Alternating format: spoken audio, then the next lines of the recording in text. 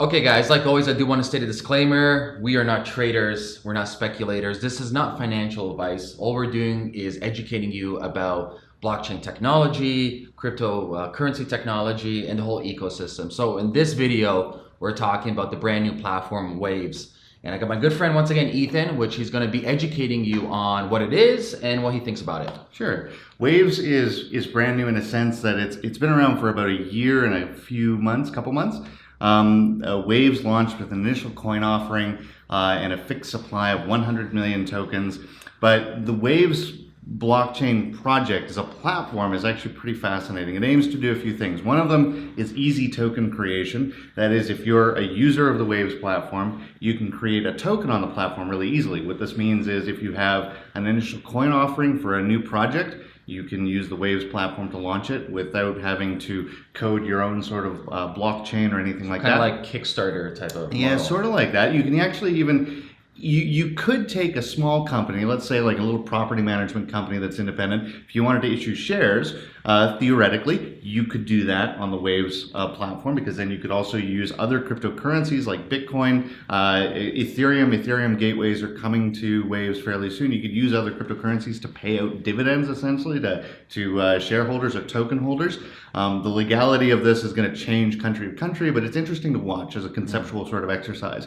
The other thing that's really interesting about the Waves platform, at least for me, probably the most compelling, is what's called the DEX, and that's a decentralized exchange. Waves is not the only platform to put out a decentralized exchange. There are actually multiple efforts in the marketplace to try to put something like that out there. However, I find Waves very compelling because Waves also links to its decentralized exchange fiat gateways. So an easy on-ramp or off-ramp for dollars, euros, yen. And right now a euro gateway is being deployed. It's initially just starting now, but I think that that's going to be a major driver of this particular decentralized exchange. So do you know the difference between, the major difference between Waves and Ethereum? Because they built their own blockchain, correct? Sure, yeah, that's absolutely right.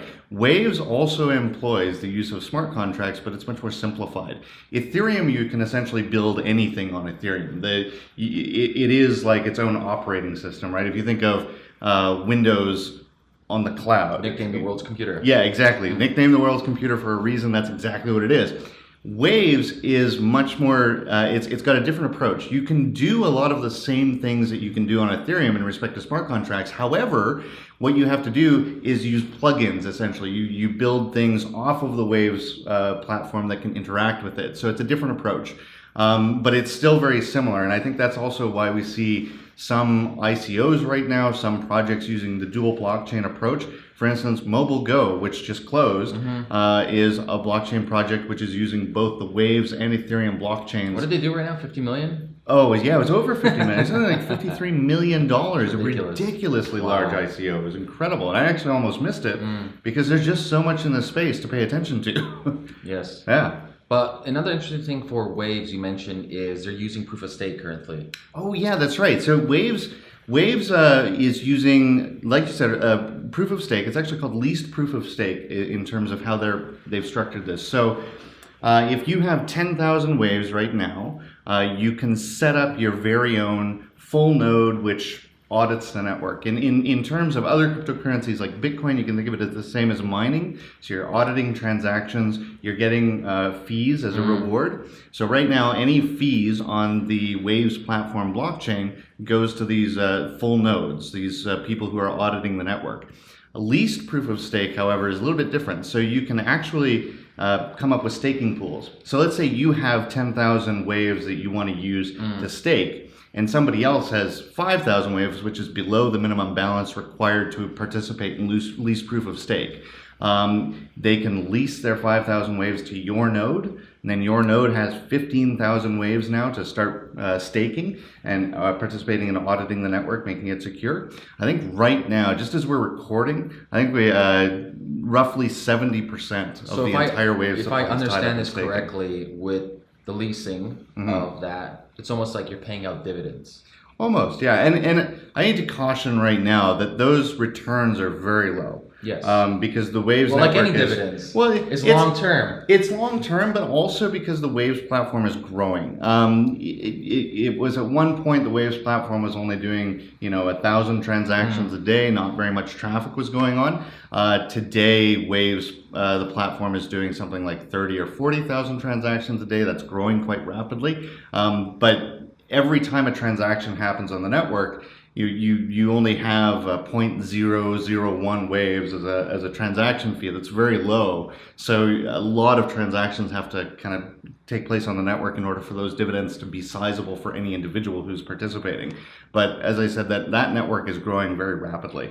Let's go back to the gateways. Can you explain that a little bit more? Sure. So Waves has what's built into the model are what are called fiat gateways. So fiat gateways are essentially this way that you can take money from, let's say, your credit card. Yeah. You have a credit card. Right now, it is somewhat difficult to transition from your credit card to, let's say, Bitcoin, right? If you want to buy Bitcoin, there are services where you can buy Bitcoin directly with your credit card. They're very niche.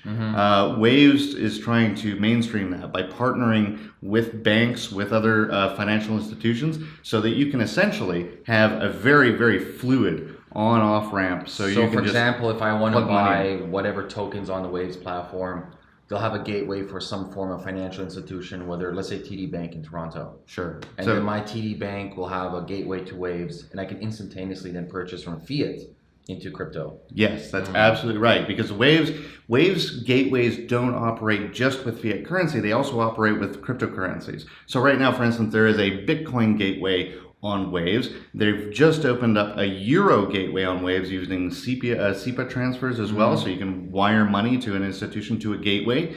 So what you're going to be able to do is essentially everything is backed by these tokens that you can trade. So if you throw money into the gateway of euros, you get euro-backed tokens that you can trade for euros. If you can cash out of the gateway as well as cash in, or you can trade those euro-backed tokens for Bitcoin-backed tokens, which you can then withdraw. But the key thing, though, is anyone can create a gateway. Yes, conceptually. Right now, the gateways are very limited. It's all just basically starting now. But in the future, the way the Waves platform is designed, yes, pretty much anyone can start a gateway, which means that many gateways can comply with AML and KYC or anti-money laundering laws and know your customer regulations. They can. That's kind of the aim, is that there is that interface with the legacy banking system. However, in the future, yes, you will be able to essentially create your own gateway if you like. That seems to be the direction that it's going. So let's run through this. Who's currently using the Waves platform? Like, who benefits from it? Well, several users are just independent users are using the Waves platform, like we mentioned. So, for instance, the Mobile Go ICO took place partially on the Waves platform. It's essentially anybody who's looking right now for either easy token creation or decentralized exchange of cryptocurrency tokens. So these are the two main audiences right now. Those audiences will expand, and I think we're going to see a much greater focus from institutional money because of those fiat gateways. I think that's a very strong element of this entire platform. Well, I understand the model. I think it's really interesting, and I do have some. I'll play the devil's advocate for a second.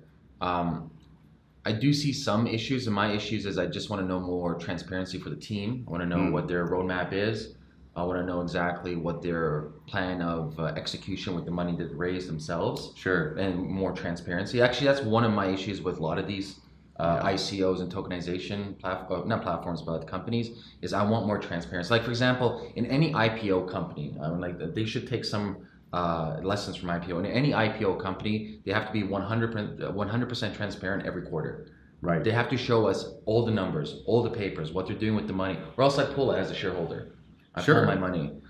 Yeah, the Waves team is the people that I've seen on the Waves team have an impressive record. I mean, for instance, the guy who started it, Sasha Ivanov, crazy Russian names, right? So Sasha, the guy who started it, has a pretty long record in the crypto space. He was in fact going to essentially start something that was Shapeshift. Okay. Except Eric Voorhees kind of got there first, right? Yeah. So he's got a long record of interesting projects. Waves seems to be his most successful to date. The funds that they raised, it was also one of the largest ICOs before Mobile Go, just raised tens of millions of dollars. Anyway, Waves did quite well with their ICO. All of that has gone towards development. They have been reasonably transparent, but I would agree. I would love to see more transparency from that team. But honestly, the way they approach their platform is essentially to get hunkered down into development. They release a lot of what I like to call ninja news. Essentially, hey, by the way, we've just come up with this new improvement in the platform. Nobody was really expecting the announcement, but here it is. They've done that quite often, so they have an interesting track record of releasing new features in development. So I'm quite impressed with the platform for my part. And just recently, the price has risen quite a lot. Sure, yeah. I think the ICO price of Waves was something 36 or 38,000 satoshis, which are fractions of a Bitcoin, and today it's over 100,000 satoshis. And in dollar values, I think that's gone from somewhere around 35 cents to that's playing with $3 right now. So yeah, it's quite impressive in respect to those gains for sure. Awesome. Well, that's let's wrap it up over there. If you guys have any questions, leave a comment below this video, and also leave a comment below this video on future videos you want us to do. Take care, guys. Peace. Toodles.